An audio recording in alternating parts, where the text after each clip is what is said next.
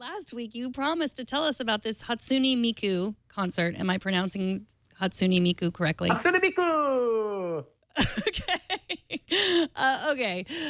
Tell us, how was it, first of all? Tell us what was it, first of all, for those people. Can I just pump this glow stick the entire time? Because Yes, that's essentially half of the experience.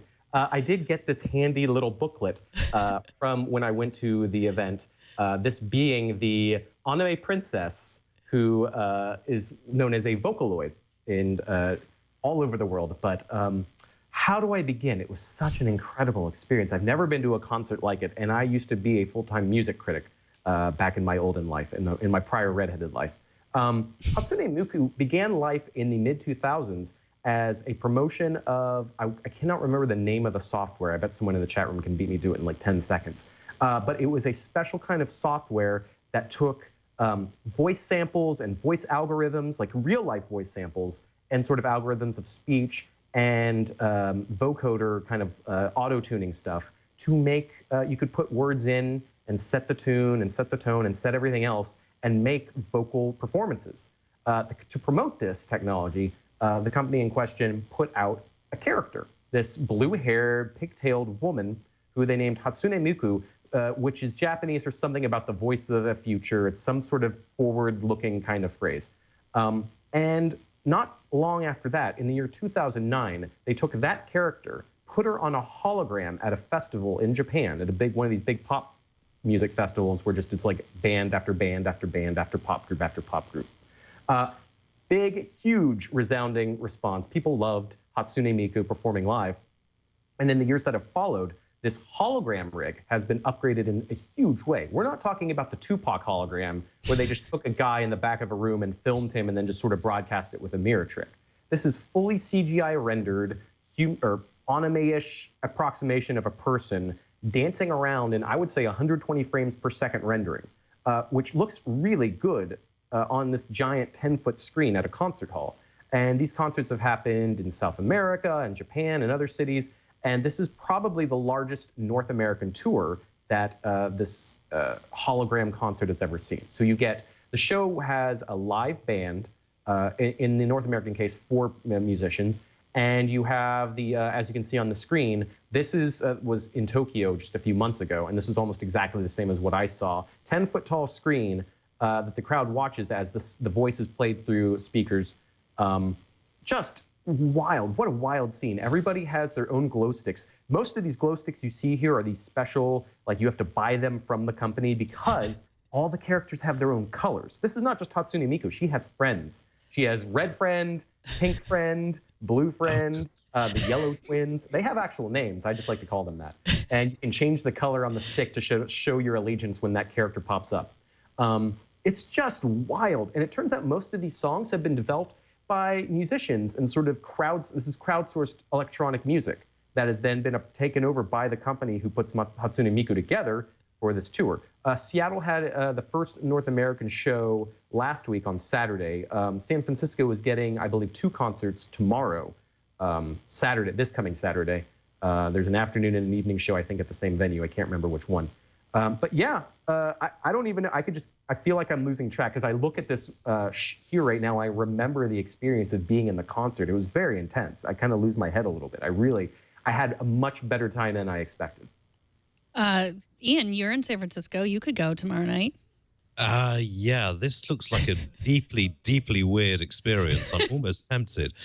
I've never come across this person before, and it was just like, it does seem like, yes, we can all buy our own favorite branded glow sticks. I'm sure it would be an experience, but I'm not sure it's quite for me. It does look very weird, but well, I think don't use weird as a pejorative. There is something very intoxicating about the lighting. I thought was so impressive. That was the thing that really struck me, was when you look at this hologram on this video screen, you don't get that sense of it looking like it's a real creature up on the stage. But the way that they have the screen set off is done incredibly well. You can tell at certain moments when it's a screen. But for the most part, wherever you stand in the crowd, it looks like a person. The lighting is done in such a way that, like, even if it's this robot or alien thing, it's like, oh, there's really a robot or alien on the stage dancing around. They would sometimes have instruments or mic stands or other props that were lit up. I do wish that the show had more crazy stuff on that screen. This performance here is very straight. It's just a person dancing around. But other songs really went nuts. They had words pop up on the screen. One of them had little polygon effects, like sparkling all over her body. There was one in which she came out with really white skin and red eyes and black hair, and these super gothic multi-part wings sprouted from her back near the middle of the song as she floated in the sky during like the really epic guitar solo.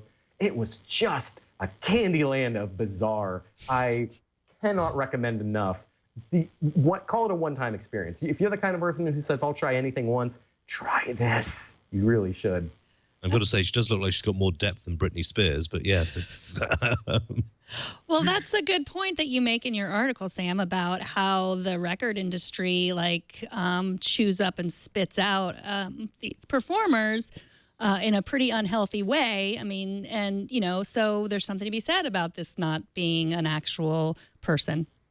Yeah, I think there have been commentators who've gone to the trouble of saying, well, gosh, if we're going to essentially turn music pop stars into objects, if we're going to treat people as these weird icons to be held to moral standards, I think, God, didn't Britney Spears have a purity pledge or something ridiculous like that? I mean, at this point, let's not act like it's weird to obsess over a robo lady instead of obsessing over Britney Spears. Let's just have some fun with the fact that there's something artificial, purely for entertainment, purely for spectacle, and let's make it as robotic and bizarre and controllable as possible so that some artistry and weirdness and delight can come through without you having that sick feeling of, oh, she's going to be, 25 in a few years and be discarded by the industry.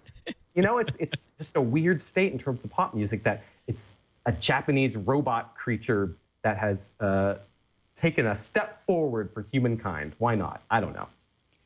Yeah, go ahead. No, after you, Megan. Sorry. I was going to say that I think that, if you follow and play as many video games as you do, Sam, I think this is a natural extension for that. Like that's not part of my world, so it seems weird in a good way to me.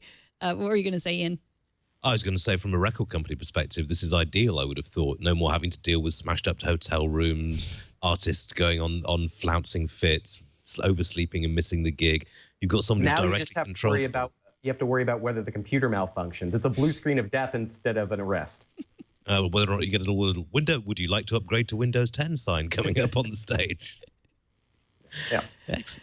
Well, yeah, it's fascinating. Thank you for telling us all about it. And I'm sure there's some graduate thesis in the making here that can probably figure out whether this is really right or really wrong. I don't know. A little both. Why not? Yeah, that's good. No, it's fun. It's a spectacle. If you can go for any reason. I actually had a reader who said, would this be appropriate for my 10-year-old? I said, this would be one of the best things to take a 10-year-old to, because it'll be so weird. You will be the coolest mom or dad. Just go. Yeah. Okay, that's good advice, because I have 3 children who are big anime fans, so I think that they would like it.